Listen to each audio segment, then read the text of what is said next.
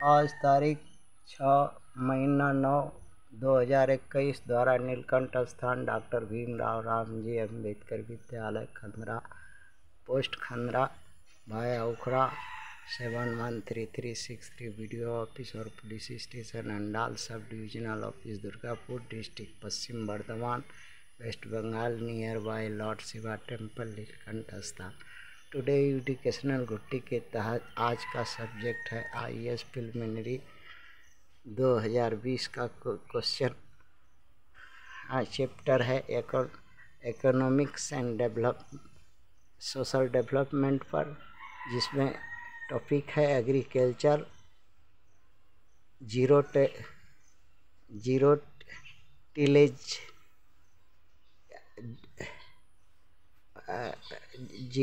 Zero tillage agriculture. इसी पर question आया है 2020 में IAS में प्रिलिमिनरी में। What is oblique are the advantage of zero tillage in agriculture. Zero tillage का लाभ क्या है एग्रीकल्चर में, इसी पर बताना है। यहाँ पहले देखा है कि गेहूँ हरियाणा पंजाब वगैरह साइड में और उत्तर प्रदेश साइड में गेहूं का फसल पकने के बाद गेहूं का दाना बाल पांग लेने के बाद डंठल उसी ज़मीन में छोड़ देते हैं। छोड़ करके बाद में फिर उसको जलाते हैं।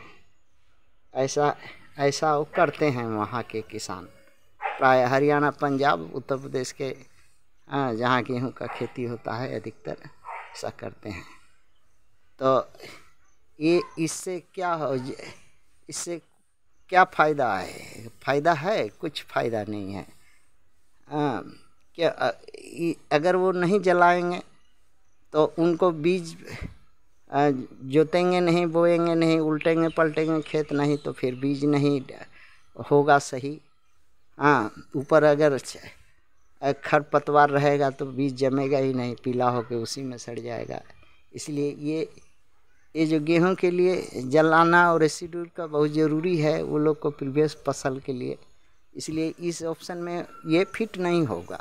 इसलिए ये ऑप्शन 1 जो स्टेटमेंट है गलत है, इसमें सूट नहीं कर रहा है, लाभ नहीं हो रहा है जीरो टिलेज का।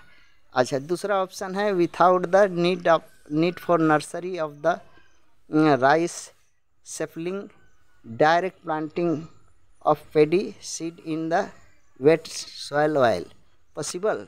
ये भी पॉसिबल नहीं है। काहे कि अगर बेहन या बिया हम लोग का तरफ में बोलते हैं, इधर मोरी बोलते हैं, तो अगर मोरी को उखाड़िएगा नहीं जड़ से और फिर दूसरा खेत में लेब में लगाइएगा नहीं तो वो फलेगा नहीं, बढ़ेगा नहीं। और दाना एक ठो उसमें छोटा सा फसल का बीज लगेगा, थोड़ा सा धान, उसमें धान का फसल 10-12 दाना लगेगा और होगा नहीं। अच्छा, ये भी गलत है।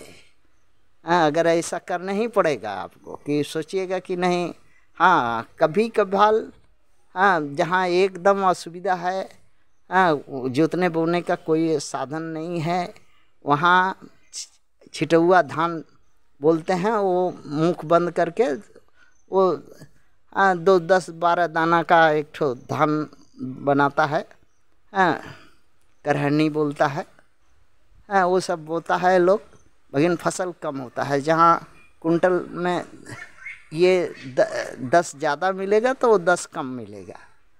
इसमें यही होता है कि आप प्लांटिंग में आप वो मोरी को उखाड़ के दूसरा खेत में लगाना ही होगा, तभी संभव है, पॉसिबल है, खेती होगा, धान होगा बढ़िया।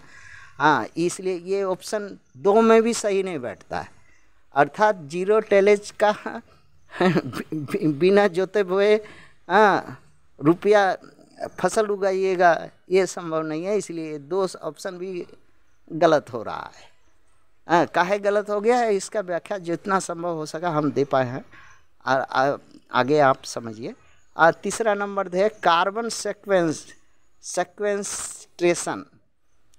कार्बन को निचोड़ करके इन सॉइल इज पॉसिबल। हाँ पॉसिबल है, यही एक तो जीरो टिलेज एग्रीकल्चर के लिए लाभदायक और बढ़िया सिस्टम है और बढ़िया है। उसमें कार्बन जो सॉइल का अपर सरफेस में है वो पानी जब बरसेगा तो वो नीचे में जाएगा और फिर पौधा जो है उसको निचोड़ेगा या प्राकृतिक इसको ये हो करके वातावरण में जाएगा। तो ये और उसमें जोतने बोने का कोई ज़रूरत नहीं है।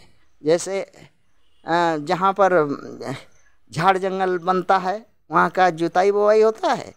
हाँ तो ये कार्बन सेक्वेस्ट्रेशन जो है निचोड़, कार्बन का निचोड़ इन सॉइल,